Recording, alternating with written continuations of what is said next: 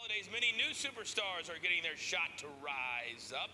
The two men making up the Golden Truth, not exactly new to the business, but new to each other. Always entertaining. Goldust and R-Truth sat down with me earlier this week in Hartford, Connecticut, and you just never know what they might say. The Golden Truth. Coach, it is so good to see you finally. Thank you for having us. Don't do that again. All right. Scare you, right? A little bit. Happy hour. A little bit. You scared me a little bit. Same to you guys. I lost my train of thought because you scared me. Right. We've known each other a long time. We're going to get into that. But I want to talk about the fact that you two are together, which I never saw coming from afar.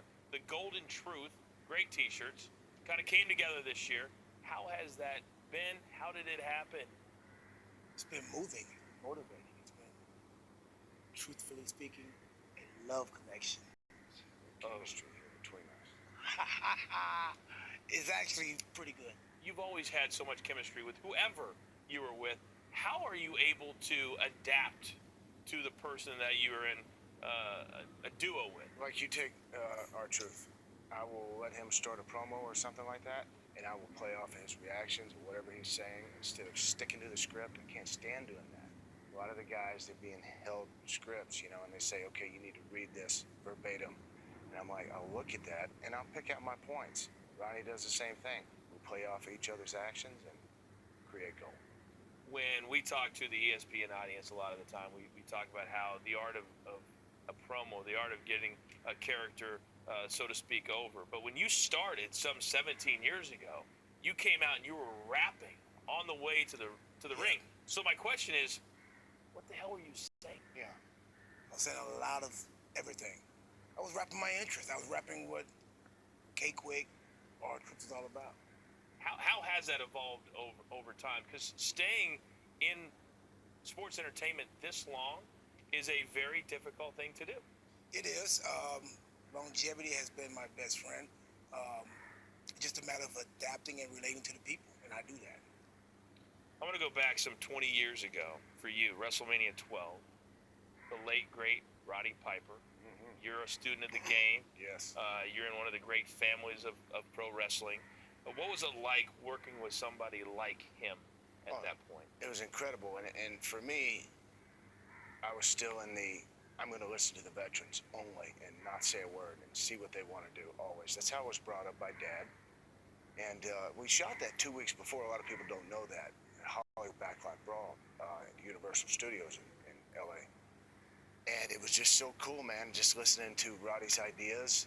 And I had this nice, big, old, spray-painted gold Cadillac, and he had this brand new white Bronco. Right? I'm like, why don't I get the Bronco and you paint it gold and him get the Cadillac? So they let me do some practice runs with it, and it was so much fun because I come around the corner, and this is a one-take thing. We got to do this in one take because we're about to destroy a lot of things. And I pull up, and he pulls out the water cannon, and he starts squirting the windshield. I can't see, right? So he picks up a baseball bat, and he comes over and he bashes the side of the door window in. Glass goes everywhere. Now I'm supposed to crawl out the other side, but he runs around and bashes that side, gets on the hood, he's going to town. Finally, I get out, and he just commences to whooping my ass.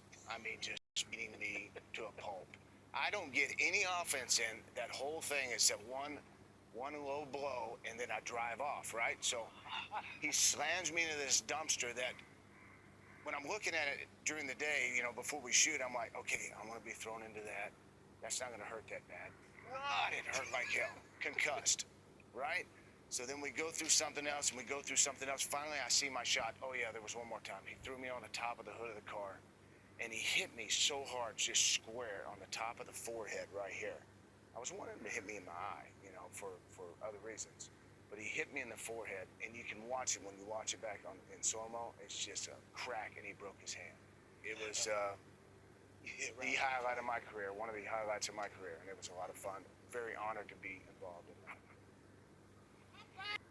Father, Dusty Rhodes, was such a big name in the business to the point that when he passed away, he was on the front page of ESPN.com because he crossed over.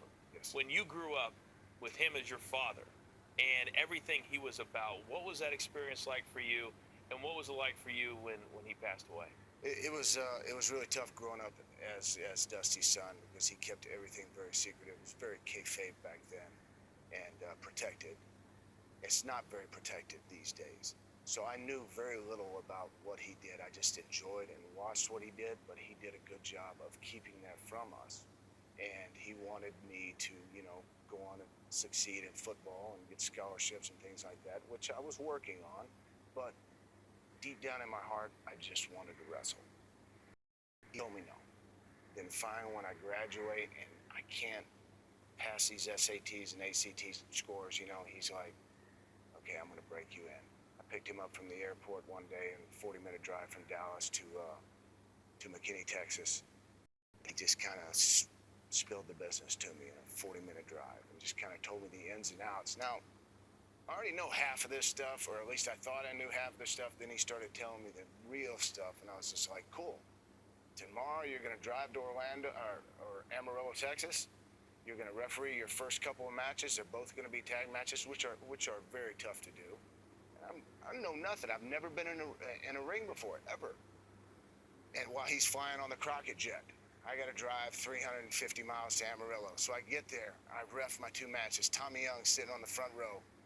I think I do good, right? The Rock and Roll Express and the Midnight Express. I raise your hands. The whole building, it's sold out. The whole building just starts laughing.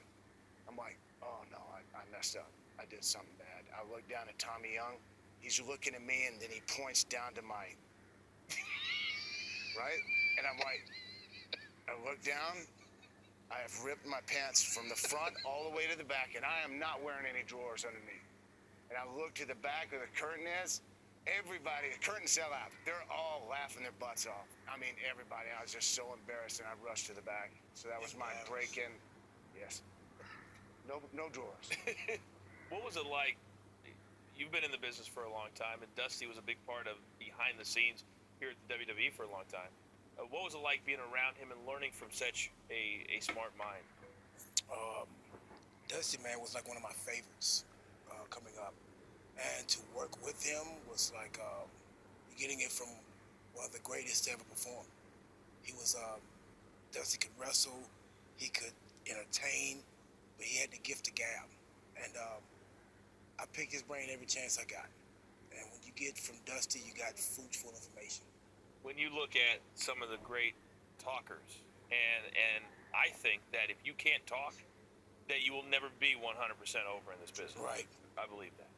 And so when you look at some of the guys now, who do you think has that gift of gab that is just a natural at it? Well, I tell you who's really natural at talking is Enzo. Enzo is pretty good, man. He can just ramble off stuff like that. And I don't know if he does a lot of homework on promo stuff or watches a bunch of promos, but he's got a pretty good gift of gab. I mean, he's got a good gift of gab. There's so many of us here that haven't been given that full opportunity yet. As soon as they are given that opportunity, I promise you, a bunch of them are going to shine. There's a lot of guys that have the gift of gab, but it's just, like he said, again, given that platform to be able to, like, really let it come out.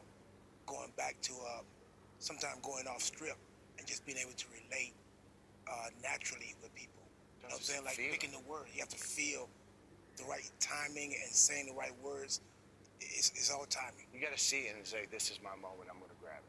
A very special thanks to Goldust and R-Truth. And as always, you can get all the very latest on the WWE. Go over to ESPN.com/WWE.